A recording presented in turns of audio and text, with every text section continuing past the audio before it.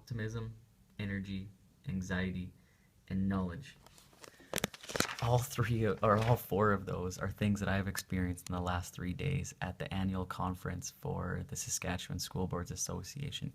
Optimism in going into this conference, knowing that I'm gonna meet a lot of great people and looking forward to learning more about this association. Energy from the room, anxiety over transformational change, and knowledge. And let me talk a little bit about each one of those. So with Optimism, there was a 3-day conference we were at, so it was exciting coming into it. And with the 3-day conference, it went from Sunday to today. And in this agenda, there was great topics and speakers such as Peter from the University of Saskatchewan, who is the president, and he had an hour-long message, and we had a lot of questions for him, and it was great to see that engagement from the university. In addition to that, there was speakers such as Don Morgan, the Minister of Education, and he also answered questions from the floor, which was nice to see that it wasn't just a speech, it was also a little bit of engagement from the floor. And so with that 3-day conference, let's talk about energy. With energy, there are don't mind my notes, but there are just over 250 trustees. And it was amazing to get to meet some of those people, to see that energy and the people from the grassroots from all over this province, and to know that the people in that room represented every single child in this entire province, from every stretch and every corner of this province. And that energy and that enthusiasm and engagement from those people it motivated me more, and it was amazing to see. So I've started to get to know a number of these people because I want to be able to build off of their history and their knowledge and be able to learn as a group, and to make sure that all students across Saskatchewan have the same future, not just the students in Regina here. And the last one is anxiety. So anxiety in that from two things, a little bit from the organization, and I don't understand it fully yet, and transformational change. So with the organization itself, there's a budget that the school boards, the 28 school boards pay, and the association is ran off of a $3.3 million budget, and it was glad to see that this year it was a status quo budget in which no increases or decreases were seen in the budget for next year.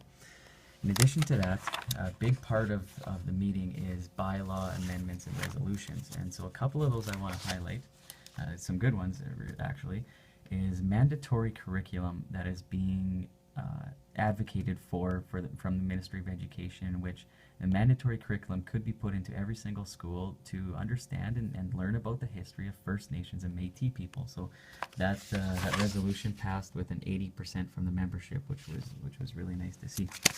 The second one I want to highlight is on the disability strategy. So the association, the school boards across this province, are asking for targeted funding to work with the Ministry of Education on the Saskatchewan Disability Strategy that was released December 2015, and that one passed with an 85.5%.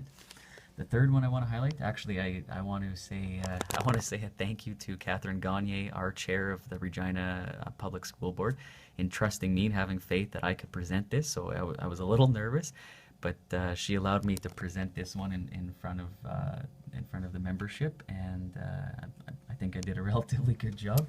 And with this one, it's looking for rationale and mechanics for social impact bonds. So we're not saying it's a good thing or a bad thing.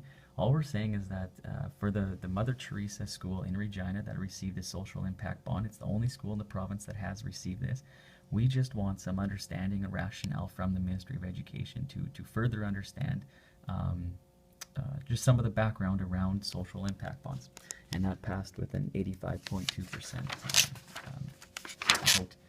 And the last one was around property taxes, in that we as an organization want to make sure that your property taxes as citizens are not paid towards a general revenue fund, in which that means it would go into a general pool, and it's I don't want to say hidden, but the money is hard to track where it goes. So we want to ensure that your property taxes are put into separate funds, as it always has been, and to ensure that the money that goes into the property tax fund also goes towards the schools on a one-for-one basis. And yeah, that's it. So to end this, knowledge. I know that I have lots to learn, but I'm learning as fast as I possibly can. I'm putting in a lot of hours, and I'm talking to as many people as I can. I have 15 events and meetings booked in the next by the end of November here. So I'm trying to get out into the community as much as I can as well. But if you have questions, I want to hear from you. And I will be doing 3 more videos on things I've heard people want me to cover on. So next video will be on transformational change, second one property taxes, and third one structure of the school boards and the School Board Association in general. Thanks for listening, and talk to you soon.